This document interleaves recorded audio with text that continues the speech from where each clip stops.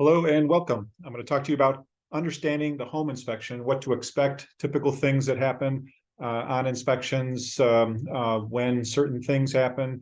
I also, at the end, I have got some photos which I took from, most of them are from actual home inspections. There's a couple that weren't, but just to show an example of a few things that we come across as home inspectors.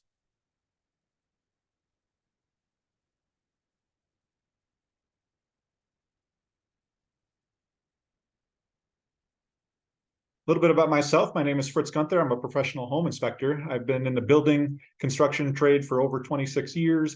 I've performed over 15,000 home inspections since 1997. I am based in New York State, and New York State does license home inspectors. Nationally, there's certifications that inspectors can also carry. So if you're from a state that doesn't license home inspectors yet, there's other certification. I am a certified electrical inspector, wood destroying pest inspector, roof inspector. Also, I'm a member. I've got membership in various professional organizations like ASHI, which is the American Society of Home Inspectors, the Better Business Bureau, IAEI, which is the International Association of Electrical Inspectors, and a few other memberships. Basically, what's included on a home inspection, it's everything that stays with the house, not so much furniture and really the movable appliances, but it's basically the heating, central air conditioning, the plumbing, electrical system, the roof, attic, the insulation that can be seen up in the attic to see if it's damaged or it's been wet, the amount of insulation. We look at walls, ceilings, floors. And also we look at the windows, doors, foundation, basically all parts of the visible structure is what we look at. We're looking behind the scenes. We're looking at, around the tables, around the furniture. The basement, if you have a basement, does tell us most everything in a house. It's hard to hide. It's difficult to hide things in a basement because you can get to most everything. Finished basements might be a little bit different story, but crawl spaces are similar to basements. Why do you need a home inspection? Basically, you're looking to identify any major issues that may be present. A lot of times the sellers don't even know these conditions exist, whether they were installed incorrectly, components were installed incorrectly, or they just weren't maintained properly. So the two-step process to a good long life of an appliance or any given component of a house is it's installed correctly and then it's been maintained properly. So getting the home inspection, you identify any major issues, safety issues, costly issues. Also, it helps you get a good understanding of the condition of the home, and then depending on your area, it identifies issues that the seller may need to fix prior to you purchasing the house.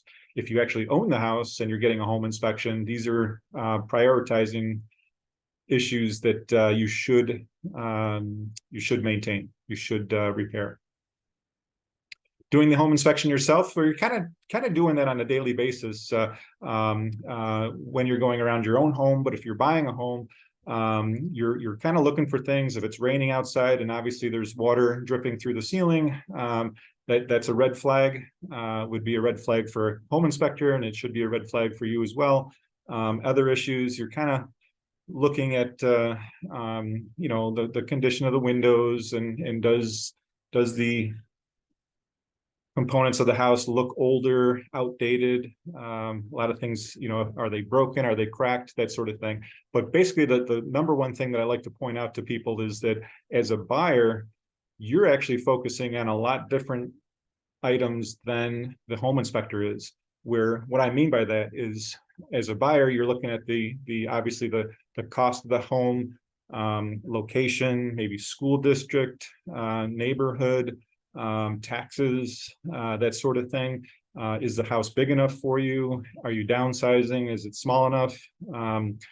Does it have a garage? So as a buyer, you're looking at a tremendous amount of things that really have no bearing on what an inspector looks at. An inspector comes in completely impartial. looking at the true condition of the home at the time of the inspection. So we're coming in, we're looking at the structure, we're looking at the foundation, we're looking at the heating system, the cooling system, the roof. Again, none of that matters on how much you're buying the house for, how much the taxes are, what location it is, other than the weather conditions, but we're not looking at neighborhoods and school districts and stuff like that. I've seen it over the years. I've done a lot of inspections, and I've seen it where people are so excited for this specific house. It's got everything. It's the right price, it's the right size, it's the right neighborhood. You know the neighbors. They want to buy this house no matter what. And they kind of turn a blind eye to the fact that it needs a roof, the furnace is shot, the electrical is completely outdated, there's plumbing leaks. They keep pacifying themselves to say, no, this is a perfect house, but it might not be. Again, an inspector does not take that stuff into consideration. We're looking at the true condition to help you kind of move forward without the rose-colored glasses maybe that you may have as a buyer. The inspector is completely independent, working for you, not any other agenda other than to give you the true condition of the home at the time of the inspection. You need to be present on the inspection. I strongly recommend that you do participate in the home inspection. You don't have to. It's a great time to kind of look through the house. A lot of times, depending on the time, the market in your area, but a lot of times the home inspection is the first time you really get a good chance to walk through the house and look without being on an open house, without being with their other people around, without the sellers being there. Maybe we're just kind of going through the house.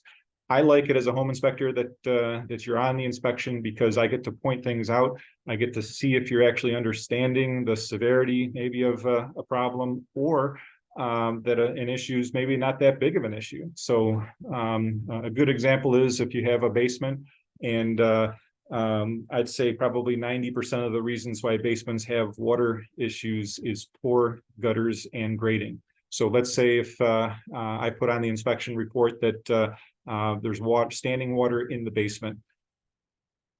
That might be a red flag to you, as it should be, but it might be a tremendous red flag to where you're like, yep, we're not buying this house. However, it may be such a simple fix where it just needs rain gutter downspouts, and that fixes the problem. Maybe some grading on the outside where you're building up some of the dirt to make it slope away from the house. And if that's the case, then it's a very inexpensive fix. A good example is about 15 years ago, I purchased a house. It was a for sale by owner house, which is, it's got its own issues at being a for sale by owner, but there's a lot of positives and negatives on that. But anyways, I was looking at a house. It was a for sale by owner house. The sellers did not know what I did for a living. And as I'm kind of going through the open house, they were very clear on the fact that the basement has water. Every time it rains, there's water in the basement. Every time the spring comes around, there's water in the basement.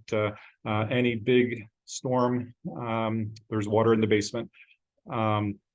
They said that they didn't ever stored anything down there. They don't go down there. They do pump it out from time to time. There's a sump pump down there, but that's where your furnace and electrical and water heaters and stuff are all down in the basement. So I looked around and I kind of saw what the problem was. Again, they didn't know what I did for a living. I purchased the house, and the very first thing and the only thing that I did was I extended the rain gutter downspouts, I cleaned the gutters, and I built up the grading, the dirt around the foundation a little bit to make sure that it sloped away from the house.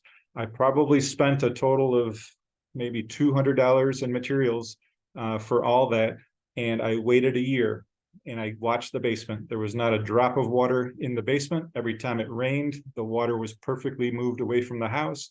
There's a dehumidifier down in the basement, which kind of kept it dry also. After the year, going through all the seasons, I realized that, okay, that was the problem. I ended up finishing the basement, staying in that house for about 10 more years with no water issues. So that seller could have gotten more money, a lot more money, for these very simple fixes of extending the rain gutter downspouts. And they didn't know to do that. And that, going through the open house, I wasn't entirely sure that was the problem, but I was pretty confident seeing a lot of houses. So that's a great idea of, yes, there's water in the basement. However, a lot of times it's a very easy fix. So if you're on the inspection, if you're present for the inspection, that's a great benefit to be able to understand clearly, is it a big issue or is it a small issue that could get out of hand if not taken care of with a little bit of money and a little bit of know-how. Also, I get to point out deficiencies. That way we can walk through the house and say, yep, this is the crack I'm worried about. These two cracks I'm not worried about, that sort of thing. Also, another added benefit is on the inspection, you can kind of ask questions of the inspector, things that might not pertain to the home inspection, such as, we'd like to take this wall down. Is this a load-bearing wall between the kitchen and the living room? Is that an easy thing? Is that a hard thing to do? That's a very, very easy thing for an inspector to identify if that is a load-bearing wall. Can you change a window to a sliding glass door? You know, those questions. So can we put a deck on the house? That sort of thing. So being on the inspection, you have that conversation, and it's a great time to look at the house, to get all the information that you can moving forward. So yeah, I definitely recommend that you participate and be on the home inspection, but you don't have to.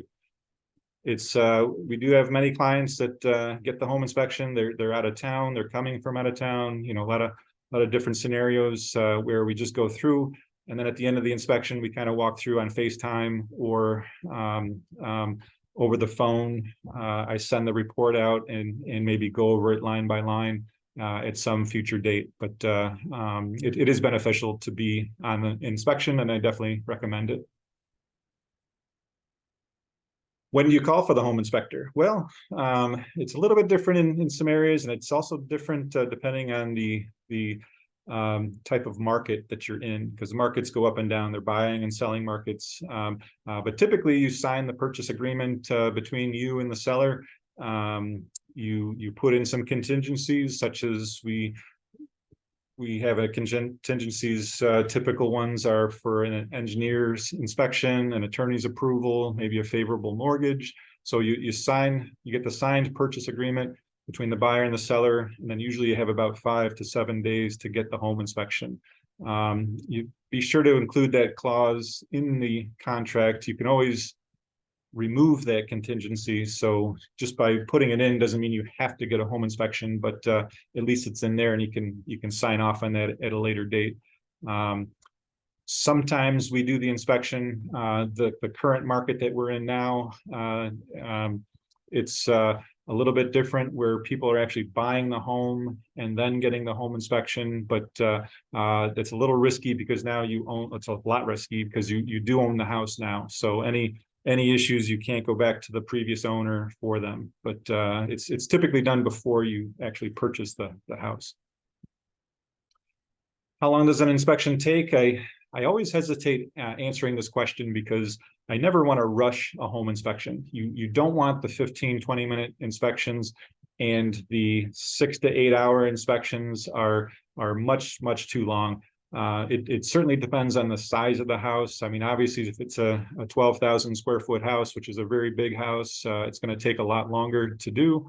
But a typical house, 2,000 square foot house, usually takes us about an hour and a half to 2 hours to completely go through the inspection. I personally schedule my inspections every 3 hours. So I'm scheduling them at 9, 12, 3, and 6 o'clock. That way, again, you do the hour and a half to 2 hour home inspection. I've got enough time to get to the next inspection. A few times I've had to call ahead to say I'm running behind because the house does take a little bit more time. But typically it's about an hour and a half to 2 hours to completely go through the inspection. How we personally do it, how we do it with our company is we go through the inspections with a tablet. We're taking photos like you'll see at the end. We'll have the report. We'll add in the input as we're going through, and then we print it right up there at the end of the inspection. We have printers in the trucks, and we print it through, so you have an actual hard copy, and then later that evening or the next morning, we'll email you the full report, which includes the photos. So that way you can zoom in on the photos, or you can see any notes that we have pertaining to any deficiencies. So again, about how long does a typical inspection take? It's usually about an hour and a half to 2 hours. Anything less than that might be a little rushed. Anything longer than that, again, depends on the size of the house. Yeah, typically about the hour and a half to 2 hours. Now, what happens if the inspection report reveals problems? Well, basically all houses have issues. There's no perfect house out there. Again, I've done a lot of home inspections, and I've come close. I've never had a house so far where I'm not coming up with anything, because typically there's a lot of recommendations that we put down in the report. Sometimes things are just not installed correctly. They weren't maintained properly. Maybe they're at the end of its life. We're all adding those things to the report. If the report does reveal some problems, doesn't necessarily mean you have to run screaming from the house. Most things are fixable. Occasionally, it's not cost effective, but that's very rare occasions where you're knocking down the house or whatnot. But it happens, but not very often, not often at all. Maybe in my 15,000 inspections, I think maybe once I came across the house that was just too far gone. But the buyers kind of knew that going into it. They were picking up the house for pennies on the dollar, and they knew they were going to have to put a lot of work into it. But in this case, it was a little bit too much. But it's very rare. Most things can be repaired or replaced. It also allows you to at least know what to expect after the purchase. So maybe even a little guide of what you should probably prioritize to fix, what you should do, within the next year, what you should do within the next 6 months, what you should do within the next 5 years, that sort of thing. So it's a great little guide to go by as well. This is probably the number one question that I get asked on the inspection is, did we pass, or did the house fail? With a home inspection, it's not really a pass or fail type of a grade. It's more of a, look, this is the condition. Furnaces last 20 years. Yours is 15. We're getting kind of close. The roofs last 20, 25 years. Your roof is 2 years old, so we're good. It's kind of that going back and forth. I typically know what a buyer is asking for when they say, did we pass or did it fail, is basically, as an inspector, should we run screaming from this house? Is it just too far gone? And again, if you're on the inspection, I can kind of gauge what your expectations are. Is it a new family that just kind of wants to move in and start living right away, not having to do any big in-depth repairs? Or are you, ready to roll up your sleeves, get a good bargain, and end up flipping this house maybe in a year or two for a nice profit? So I'm kind of seeing, what your expectations are with the house. So when you ask, did it fail? I'm like, well, there's things wrong with it, or depending on what it is, there could be some big costly things, or it could just be really just a whole bunch of little insignificant recommendations of things that should be watched out for, but nothing that really needs anything major. So that's basically what people are asking for, is when they say, does it pass or does it fail? I also get asked a lot about code problems, building code violations, that sort of thing. Again, in our state, in New York, we do license home inspectors. I also do personally hold a New York State building code inspectors certification. So I do know the current building codes. That's a little bit harder to do on an existing house, because you really have to know what year the house was built, what was the code. If the house was built in 1960, what were the building codes in 1960? Because like, for example, ground fault circuit interrupters, which are called GFCIs, which they're the outlets with the little test and reset button, usually next to sinks in bathrooms and kitchens. They weren't invented until the 70s and required in places starting in the 70s. So a house built in 1960 might not have those unless they were added later on. So basically what people are looking for is, it's safe. Is there any big issues, stuff like that. So again, there's no real pass or fail from a home inspector standpoint. So what happens if you go through the entire inspection and you really don't see that much wrong with the house? Did you really need an inspection? Well, from an inspector standpoint, yeah, you should get an inspection. But all kidding aside, it's like going to the doctor for a physical. You really don't want to get some bad news. You're trying to do preventive maintenance by getting your annual physical with your doctor. It's always a good day when you walk out of that physical when they say, yeah, you're looking good, keep up the good work, maybe drop a few pounds, but we're good to go. I'll see you in a year. That's kind of what you want. That's not a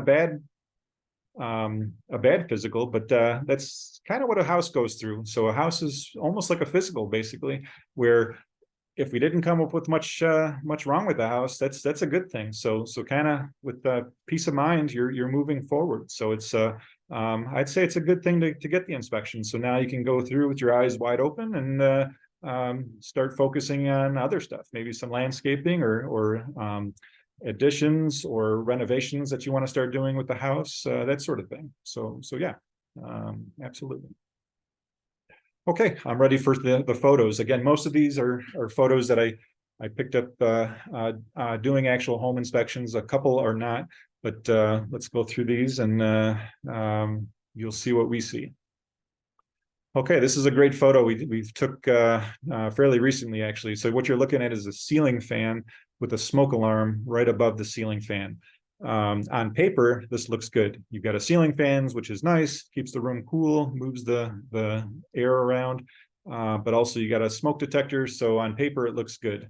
The problem with this is you can see the blurred blades of the fan. So when that fan is on, it's actually moving the air and pushing the smoke away from the smoke detector. So that's not a good deal. If you actually read the pamphlets that comes with smoke alarms and smoke detectors, it says it's got to be at least 3 feet from the edge of that blade. So it's got to go further away from this fan. Another 3 feet away is the proper location. This photo did show up on a report. This did get flagged as an issue. Again, that's not something you'd run screaming from and not buy the house. It's an easy fix. You just kind of pop it off, move it over, pop it back in, you're good to go. But it is a safety thing because you can have smoke billowing in that room, and if that fan is on, it's not going to be getting as clearly as a read as it should on that smoke alarm. So yeah, it's a safety issue. This is something back to the question of can you do the inspection yourself? Well, if you're going around a house and you see this, what you're looking at is a big tree right next to the foundation. Now, trees I don't know too much about, other than generically speaking, whatever's above ground is kind of what the root system looks like below ground. So you can see this is a very large tree. It's been there for a long time. It started off as just a weed and it kind of grew from there. Nothing should be within 5-10 feet from the house, because again, the root system starts pushing on the foundation. You can see that when they sided the house, they actually sided right around the tree. And what you can't tell from this photo is that the door that's open, it was a very hard door to close. So any doors that don't close properly will also end up on the home inspection report. But in this case, the reason why the door didn't close is because the foundation is actually starting to lift from that tree. So we were in a house one time doing an inspection where there was a much larger tree than this pushing on the foundation. Later, about a week later, I ended up seeing the estimate, and it was about a $15,000 estimate to remove the tree, and that was not to repair the foundation. So this wouldn't be that big of a or that much of a price, but still it's going to be considerable. So cutting these trees, trimming these things down before they get too big is what you want to do. When they start getting up to be around this size, that is starting to become a concern, both for safety and cost wise. Here's a great picture. This is the outside unit of an air conditioner. Most people don't realize that air conditioners do not put cold air into the house. It removes the heat. So it's kind of a backwards way of looking at it. So through your heating and cooling, your furnace, it pulls out that heat and it kind of dissipates out through this outside unit. This is a fairly new air conditioning unit, and you can see it's completely covered with shrubs and bushes around it.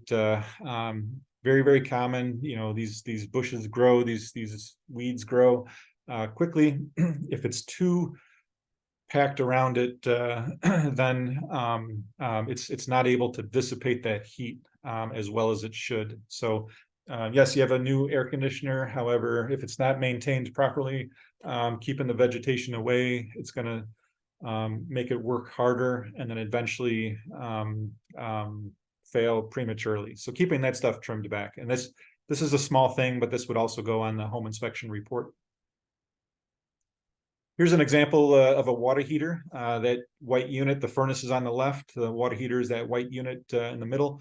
I love this picture, and every time I see this picture, I kind of laugh inside, because right to the right, which is just out of frame, is where the seller was standing when I took this picture. And the reason why I laugh a little bit is because he was pretty proud that he spent you know, the whole night before putting in this water heater. It was an old water heater that he replaced. He wanted to save a ton of money by doing it himself. You've probably heard the saying, a little bit of knowledge is sometimes dangerous. So he knew enough how to get it in, but not how to do it correctly. So what we're looking at here, it's a natural gas water heater, and on the top, that silver pipe that's on the top of it, that's the chimney, that's the flue pipe, and that's got to go uphill at a gradual pitch until we get into the chimney. If you look at that, he goes up and down and around and over and back in again. So he's going up and down. The issue with that is, if it's not a nice upward pitch, then every time that water heater turns on, if you look at the very top of that water heater, you see that little gap that's there.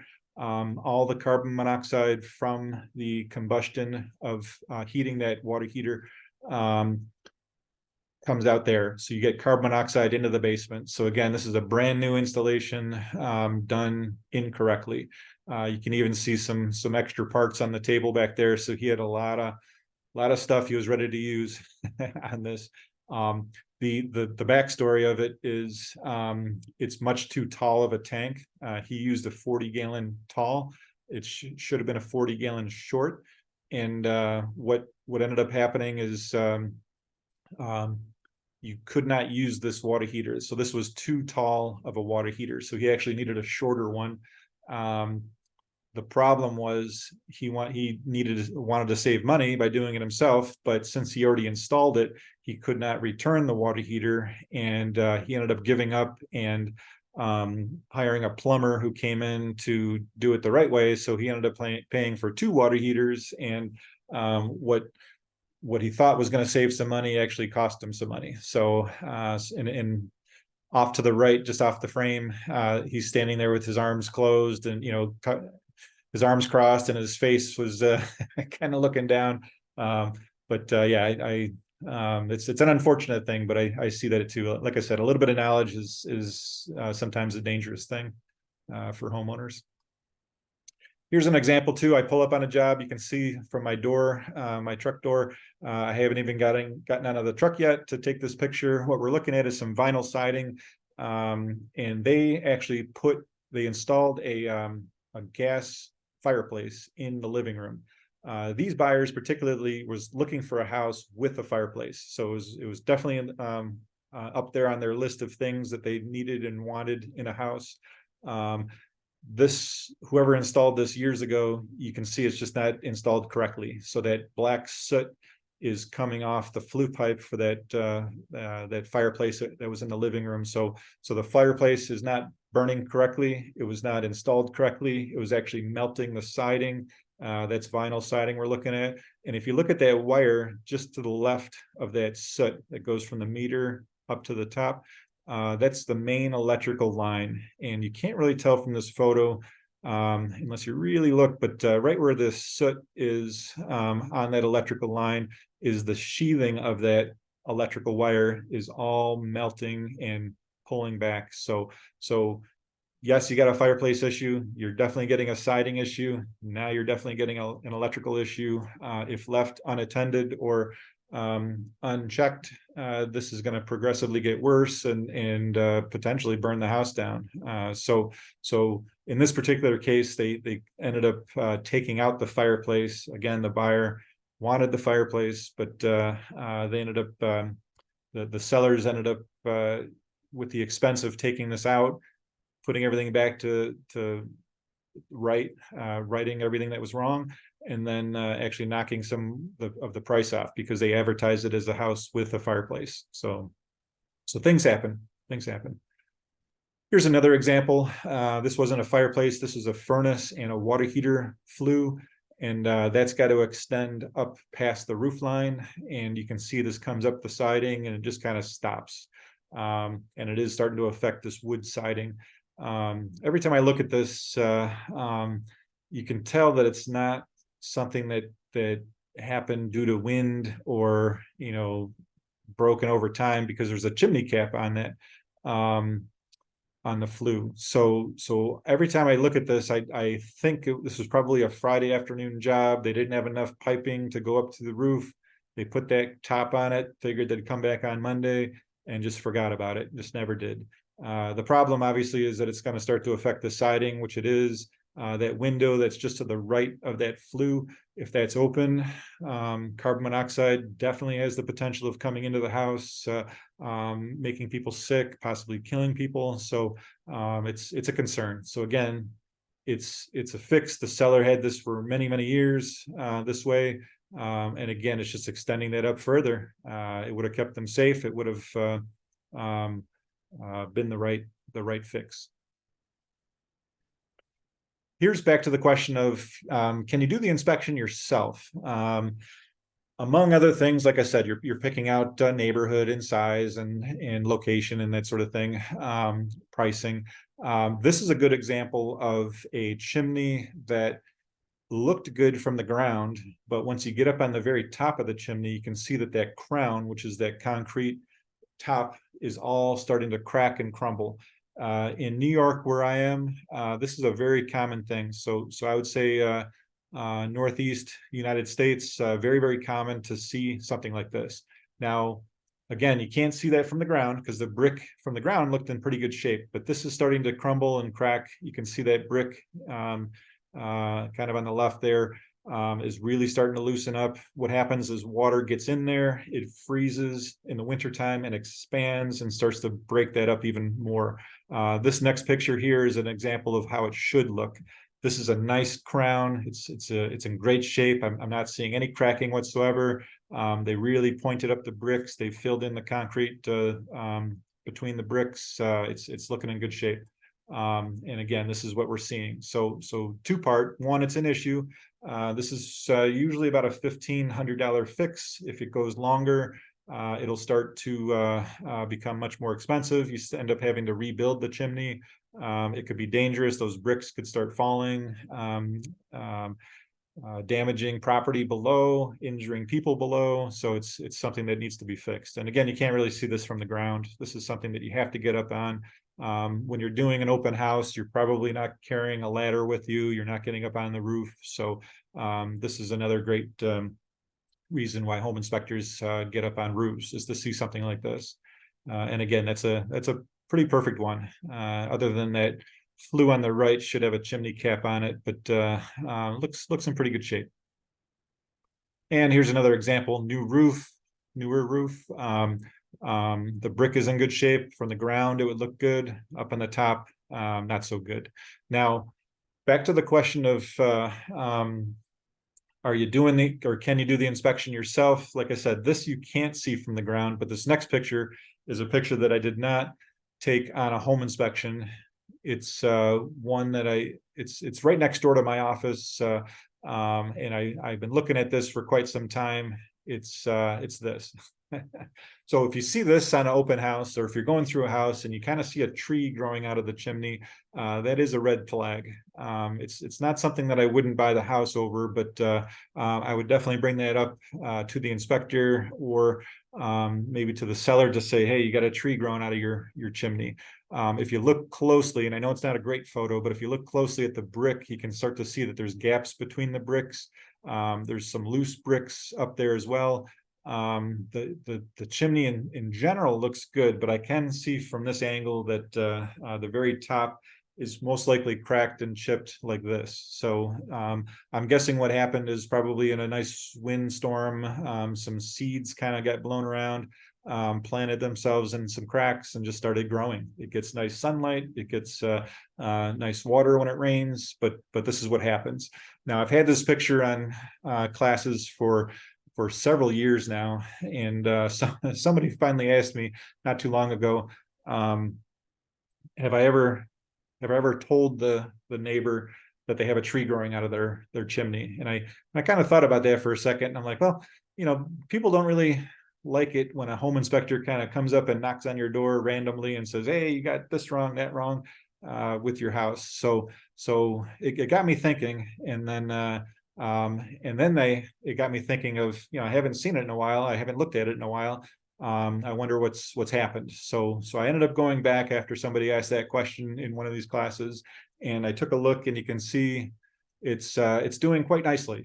It's getting bigger, and you can actually see that the brick on the right at the very top of the chimney, it's even moving further. You can see it's starting to heave even more. The tree itself is growing quite nicely. And then a follow-up is I did finally see the neighbor outside one day, and I just kind of went up making small talk, and I said, hey, did you ever notice that your chimney has a nice tree growing out of it? And we chuckled about it, and then he ended up taking care of it. So he did finally address that.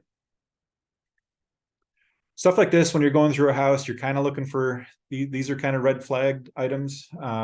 It's any open electrical junction box tells me a couple of things. It tells me that there might be some homeowners working on this, maybe some amateur electricians doing this, because most electricians take pretty good pride in their work, and they would make sure that this is clean, covered appropriately.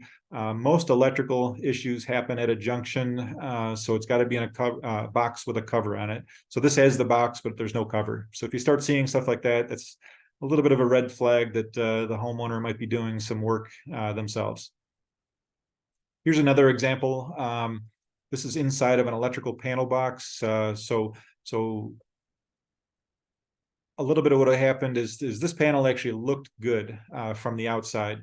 Not all inspectors do this, but what we do take the panel cover off to expose the inside of the panel, the circuit breakers, and this is a great example of why.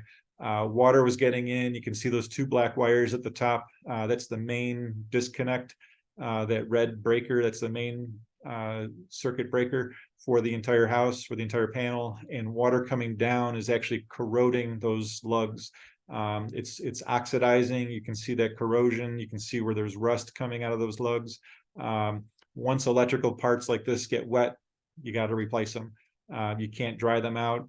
This ended up costing the seller about $2,500 to upgrade this whole electrical system. So this was a good catch. This is something that's a safety, something that's maybe some deferred maintenance because the water was getting in. So this is a red flag. Again, the seller did end up replacing this, but that's kind of the things you're looking for on a home inspection to see items like this. It's a costly item that nobody wanted to incur, especially after you just buy a house, but the seller ended up fixing it. So that's good.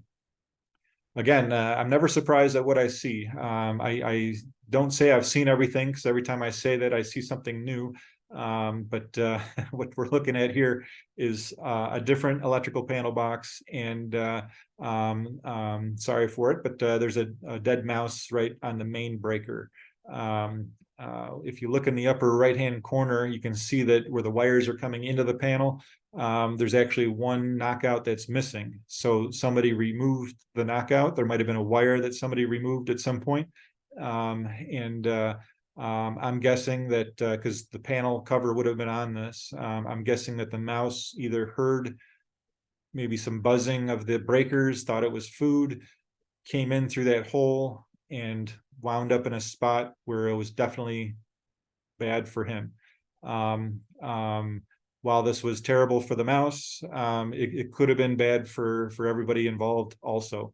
This mouse could have shorted out that breaker, could have started an electrical fire, could have damaged the breaker, could have done a power outage, could have been a surge, any number of things. So the fix would have been a 15-cent cover on that little knockout, and that mouse would not have gotten in there. So again, it's not too common that I see rodents inside of panel boxes. I've seen bees nests, I've seen ant nests, I've seen water, yeah, any number of things. But you got to kind of watch out for living creatures, insects, mice, that sort of thing, because they want to come into, especially in the colder climates and the warmer climates, they want to get out of the heat, out of the cold, just like we do. So they come into the house. So you want to make it less inviting for them. Here's another example of I turned on a kitchen or a bathroom sink, and I heard a noise, and what it was is a bat was scraping to get out of the drain. So he must have gotten himself stuck in there, looking for water. There's a trap that's down underneath the sink that holds water. Probably went down there to get some water and got stuck or whatnot. Now, when I took this picture, the buyers kind of ran out screaming.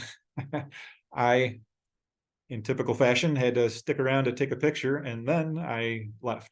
Let that bat do what it wants. As inspectors, we're just kind of looking and critiquing and commenting. We're not, exterminating or fixing or anything like that. We're just reporting, basically. Here's another example. So up in an attic, depending on the style of house, where I am, we do have a lot of attic space. You're looking at a bird nest. So that vent right there, that's a gable vent with a screen. You can see that the screen is all peeled back and scraped away. So birds were coming and going in that freely. So that attic was basically its birdhouse. You don't want that because birds can do some damage. They also use it for the bathroom. They die up there. There's a lot of things that happen. Bugs come in, that sort of thing. So to fix this would have been a $2 piece of screen stapled on the inside, and that would have prevented them from coming in. Some chicken wire. But the seller never went up into the attic. They didn't even know that nest existed. And this situation is fairly common. I do come across this from time to time. This next photo shows you an even bigger nest. When I first got up into the attic and I turned around and saw this, my first thought was, oh my God, there's a pterodactyl that lives up in here, a huge eagle or something. But because you see a big bird nest like that. But really what's been happening is the same with that other picture, is that screen has been pecked away. Many tiny birds have been coming and going for many years in and out of this attic. What this picture does not show you is it stunk. There was dead birds in there throughout. It was just a bad situation. So again, a $1 to $2 piece of screen, piece of chicken wire on that vent would have prevented this from happening. This picture here, I love this picture because it kind of shows a couple of things. What it is, it's an electrical meter box. It's on the outside of the house. It's where the power company knows how much power you're using. At first glance, you see the bee's nest, and that's the first thing you focus in on. That's what everybody looks at, is, oh my gosh, it's a bee's nest, which it's true. You don't want that. This was an active bee's nest. But what I like about this picture is that's not the only issue with this picture. If you look at the top of that meter, well, first of all, you can see the discoloration of the meter itself. It's a little bit of a rusty color that should be a nice gray color. That's the typical color. If it's rusting like that, there's moisture affecting it somehow. And if you look at the top of that wire that's coming in the top of that meter, there's actually a seal that's kind of been picked away, and there's gaps there. So every time it rains, water's getting inside there, which is probably why the bees decided to build a house right there, is because they're getting moisture and everything. So that's the two things. So, or three things, is you get the bee's nest, you get the rusting of the meter socket, the cabinet, you got the seal that's failed at the top that's coming in, but also that wire on the left of the meter coming down. That's actually an indoor wire being used outdoors. So I like this picture that, again, it shows a bunch of things, but most people look at this and say, yep, bee's nest, and that's the only problem, but it's not. Here's another example of getting up on the roof. So this was actually a brand new roof, or I shouldn't say brand new, but less than a year old. This picture shows a good rendition of what's been happening, is that most of the shingles were not nailed correctly. So a lot of them were starting to slip out. Later to the story is or a follow-up to the story is that actually they couldn't even find this roofer. Another roofer had to come back and virtually re-nail most of these shingles down. So they just did it incorrectly. So again, new doesn't necessarily mean right. Here's another example of a new roof. We had a windstorm shortly after this roof was put on. Wind got up underneath the shingles, kind of ripped them all off. This you could not see from the ground. This is something that the seller or the neighbors were probably picking up loose shingles in the front yard and kind of wondered where they were coming from, and probably just threw them out, not knowing. But this is exposing the felt paper, and what's below the felt paper is plywood, and then your house. So this, although it's bad, it's fixable, and it's something that would have been beneficial to know about. So this seller did fix these shingles. Here's an example of, on this house, the seller said that it's a brand new roof. They said it's a new roof and it's good to go. And I think he even went so far as to say, you don't even have to go up there. It's a new roof. I said, well, if you don't mind, it's part of the inspection.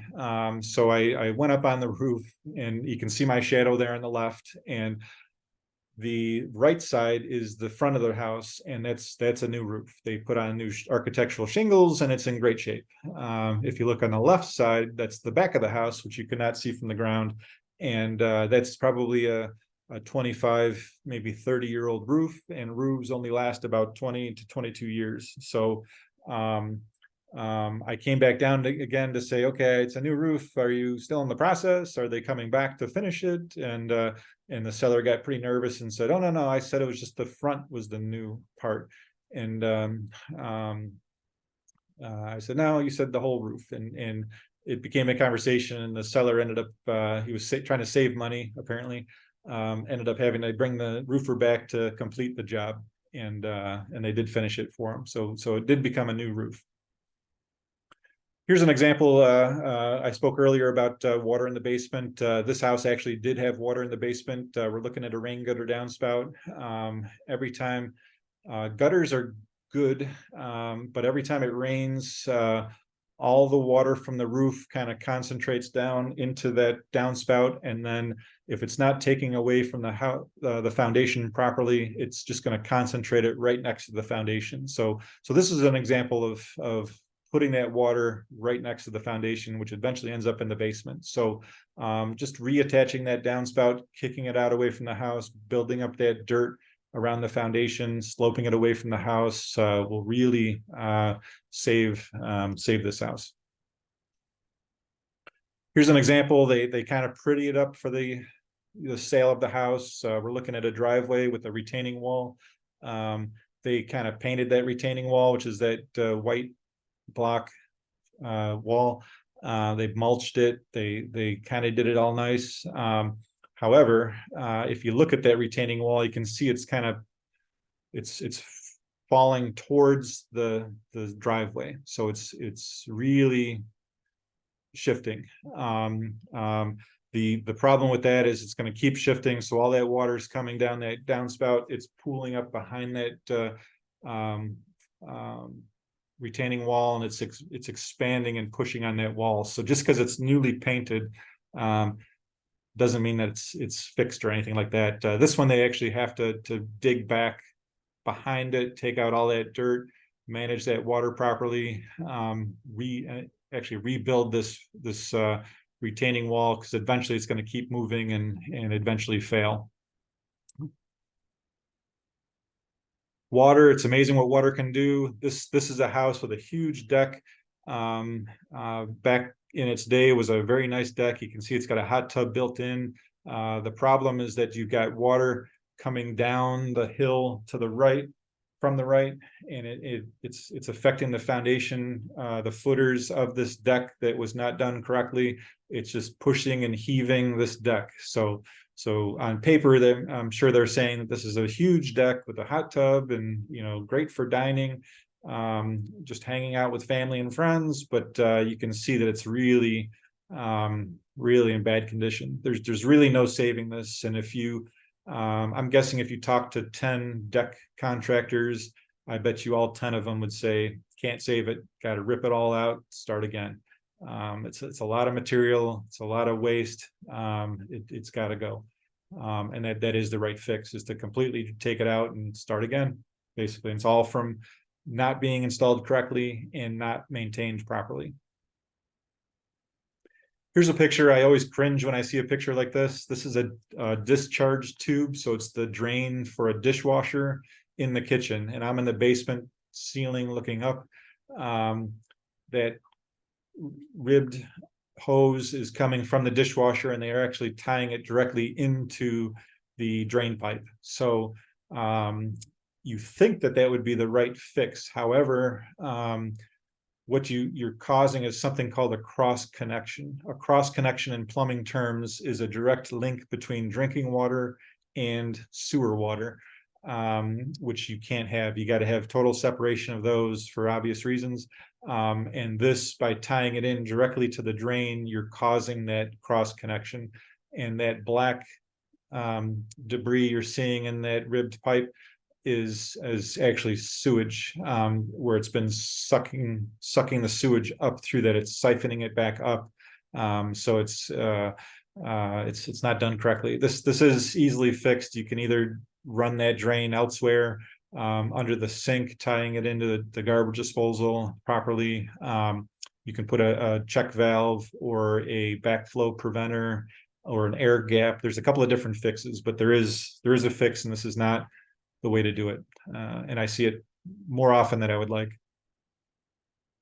Here's also an example of things that you never know what you're going to see, which is again why I don't say I've seen everything.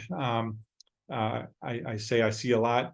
What you're looking at is a shower on a second floor bathroom. It's a shower curtain rod. And what they did is they actually put the shower curtain rod into the light fixture. And that's how they're holding this shower curtain rod. Electricity and water obviously doesn't mix. There is a GFCI receptacle below that, but that light fixture was not on the GFCI circuit. So a lot of things wrong with this picture. That light should never have been there in the first place. Yeah, it's hard to fix this one, but it's still fixable, and it's a safety issue. It's also funny what they put on paper. They when they're listing a house, they kind of list all the amenities that the house has. This they marketed as a handicap accessible bathroom. What you're looking at is a one-piece tub in an old farmhouse that they just kind of cut the sides and epoxied or something, made it nice, but it's not a true shower. I mean, obviously you can never take a bath with this without having the water spill out, but and that little railing on the toilet, you know, that's what's making this the handicap bathroom. But it's not truly handicap. It's more of a clever handy person that tried to make it handicap accessible. This is another example. So they listed this as a full bathroom on the listing of this house. What you're looking at is a toilet and a shower, and there's no physical way to get into that shower without stepping over that toilet. They say that most accidents happen in a bathroom, and I think they're talking about this bathroom. Floors are wet, you're climbing over stuff, you're going to slip. I don't know why they didn't put the door into the shower on the right side instead of where it is, but it's just not in the right location. Again, this is something that you think you'd never see, or certainly never see again. And here we go. Here's another house that there's no physical way to get into that shower without swinging over that toilet and into the shower. So it's just not a good layout, not a good setup for that bathroom. Now, a half bath is listed as a toilet and a sink. Here we're looking at this is inside of a garage. You're looking at a urinal that kind of drains into the utility sink that's in the garage.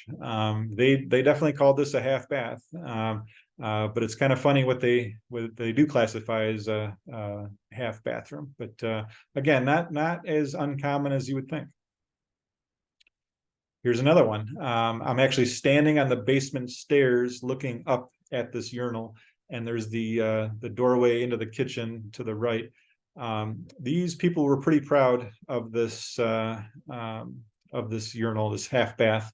It does not have a sink, so technically it's not even a half bath. It's just a urinal, but it's just not in a I guess it's in a convenient spot, but it's not in a proper location. And then as an inspector, I'm looking at the plumbing connections and everything, and I kind of followed that drain line down to see how they tied that in, because it looks like it's kind of professionally done. So I went down into the basement below, and to my surprise, it was not plumbed in correctly to the drain lines. They actually just had it splashing into the laundry sink just below the stairs. So it was not even tied in correctly. It was not done correctly. But again, the sellers were pretty happy about this half bath or quarter bath, whatever you want to call it. But again, not done correctly. And I think this is my last photo. And here's a urinal. It's a finished basement, and they said it had a bathroom down in the basement, and this is the bathroom they're talking about. So with basements, a lot of times you have something called a sump pump, submersible pump crock, which is what that hole in the ground is there. And they just had this urinal there on the wall and draining into the sump pump. I always laugh a little bit when I see this photo, because they could have, I don't know why they didn't cut out the middleman and just have people use the crock in the floor instead of the urinal, which goes into the crock in the floor. So it's kind of an interesting setup, but again, not done correctly on that. But the sellers in this case were pretty happy with that. The buyers were horrified, and they ended up taking this one out and removing the fact that it did not have a bathroom, removing the wording that said that it did not have a bathroom in the basement. And that's basically it. So again, my name is Fritz Gunther. I'm with Gunther Home Inspections. Thank you very much for sitting through this presentation on what to expect on a home inspection, what we look for, what we do, kind of some of the things that we come across on a home inspection. If you want some more information, this is my website, inspectny.com. Feel free to visit us. And if you have any comments, questions, feel free to reach out. I appreciate the class, and thank you very much. Good luck with everything.